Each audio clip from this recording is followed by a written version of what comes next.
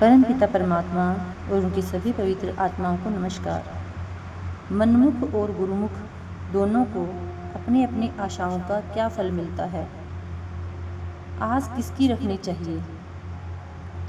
गुरु साहिब कहते हैं, ए बंदे, अगर तू परमात्मा की आस रखेगा तो तुझे पता चलेगा कि तुझे क्या कुछ मिलता है। परमात्मा से केवल उसे ही मांगो। दाता के साथ साथ उसकी दात भी आ जाएगी। सबसे बड़ी इच्छा यही होनी चाहिए कि हमारी कोई इच्छा ही ना हो। दुनिया की चीज़ें तो मांगते मांगते ख़त्म हो जाती हैं और उनके लिए दुनिया के सामने हाथ पसारना पड़ता है। दुनिया कब तक साथ दे सकती है? अगर तू परमात्मा की इच्छा करेगा तो परमात्मा तुझे ऐसी ऐसी वस्तुएं देगा जिनकी तुझे स्वप्न में भी कल्पना नहीं हो सकती। यह याद रहे कि मालिक बेइंसाफ नहीं है। वह तेरी मेहनत का चौगुना फल देता है। वह एक रत्ती भर मजदूरी भी नहीं रखता। दिल के अंदर जो जो बातें हैं परमात्मा उन सबको जानता है। ऐ बेखबर इंसान, यह अच्छी तरह समझ ले, अगर तू उसकी याद में बैठता है तो वह उसका एवज देगा। जब एक मजदूर को रोज़ मजदूरी मिलती है तो क्या वह इतना बेइंसाफ है कि तुझे तेरी मेहनत या कमाई का फल ना देगा? तू अपनी आस ऊंची रख, जहाँ आशा तहाँ बासा। है बंदे, दुनिया की आशाएं और कामनाएं सब छोड़ दे। कब तक इनका आसरा ताकता रहेगा? इनका आसरा तो आखिर मौत तक ही ले जा सकता है। उसकी आस क्यों नहीं ताकता जो सदा तेरे साथ रहे। मजबूती के साथ उसका पल्ला पकड़ ले ताकि एक बार वह तेरे अंदर आ जाए। परमात्मा तेरी सब ख्वाहिशें पूरी कर दे और दुनिया तेरे पीछे पीछे दौड़ी फिरे। दुनिया को तो बिल्कुल परछाई जैसा हाल है। अगर इसके पीछे पीछे दौड़ें तो यह आगे आगे जाती है, पर इसकी ओर पीठ फेर लें तो यह पीछे पीछे दौड़ती है। दुनियादारों की आशाएं सब निष्फल जाती हैं। दुनियादार दूसरों के पदार्थ खुश हो होकर लेता है, उन्हें भोगता है, पर यह नहीं जानता कि वापस देना पड़ेगा, उनका ऋण चुकाना पड़ेगा। दुनिया के पदार्थ मौत के बाद साथ नहीं जाते। मनुष्य सारी उम्र मोह माया की झूठी आस में अपना जन्म गंवा बैठता है, घाटे का सौदा कर लेता है। धन दौलत के गुलाम ना बनो, इनसे काम लो, परंतु एक और काम, खास काम, निज काम करो जिसे करने के लिए यहाँ आए हो। अगर बाकी सब काम उस खास काम के लिए किए जाते हैं तो वे मुबारक हैं। अगर वही काम भूल गए तो बाकी सब काम भी यूं ही व्यर्थ ही गए।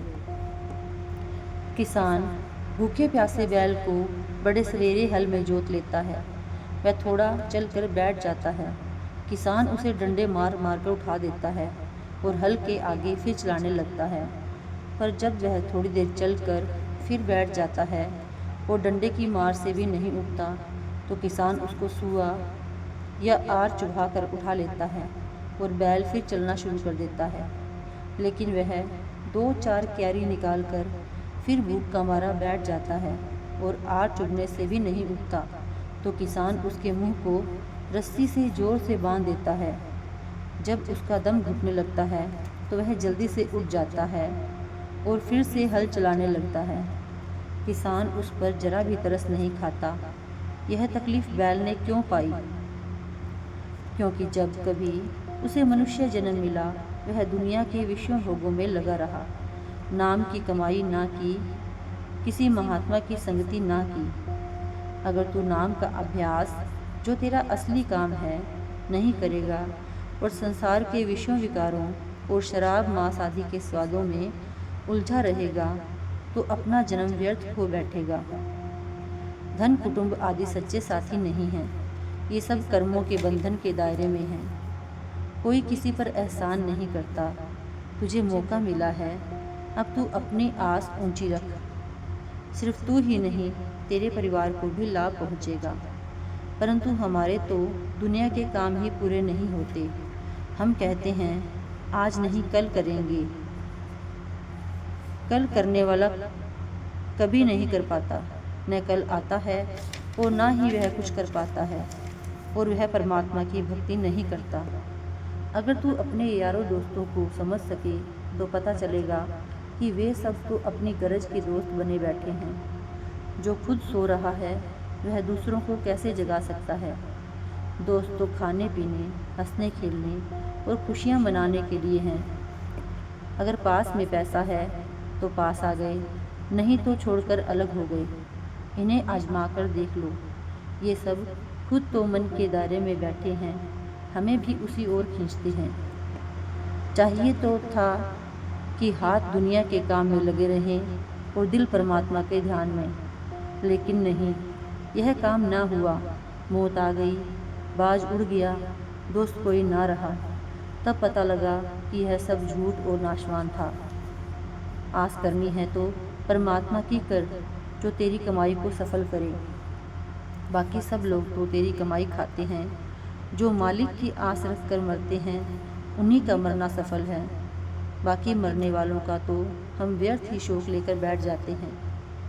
अब जो आशा मनसा से ऊंची अवस्था में हैं, अर्थात जो संसार की इच्छाओं और आशाओं से ऊपर उठ गए हैं, वे कहते हैं कि ऐ मेरे परमात्मा, यह सब तेरी दात है, जीवों के कोई वश की बात नहीं। जैसे तू नचा रहा है वैसे ही हम नाच रहे हैं।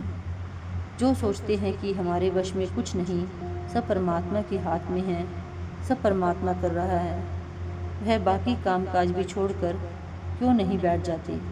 बल्कि हालत यह है कि दुनिया के कामों के पीछे तो खुद मारे मारे फिरते हैं और भजन सिमरन मालिक पर छोड़ देते हैं कि वह मालिक, वह परमात्मा के हाथ में है। मन कभी निचला नहीं बैठता, लेकिन अगर यह दुनिया के कारोबार में इतना मगन रहता है तो कोशिश करने से इसे अंदर भजन सिमरन में भी लगाया जा सकता है। संतों की शरण लेना तथा सब कुछ उनके आश्रय छोड़ देना बड़ी ऊंची गति की अवस्था है। कहते हैं कि यह बात मेरे सतगुरु ने समझाई है। हम नीचे बैठे हुए दुनिया में प्रवृत्त होते हुए संतों की छोटी सी बात को भी ठीक तरह से अपना नहीं सकते। Thank you.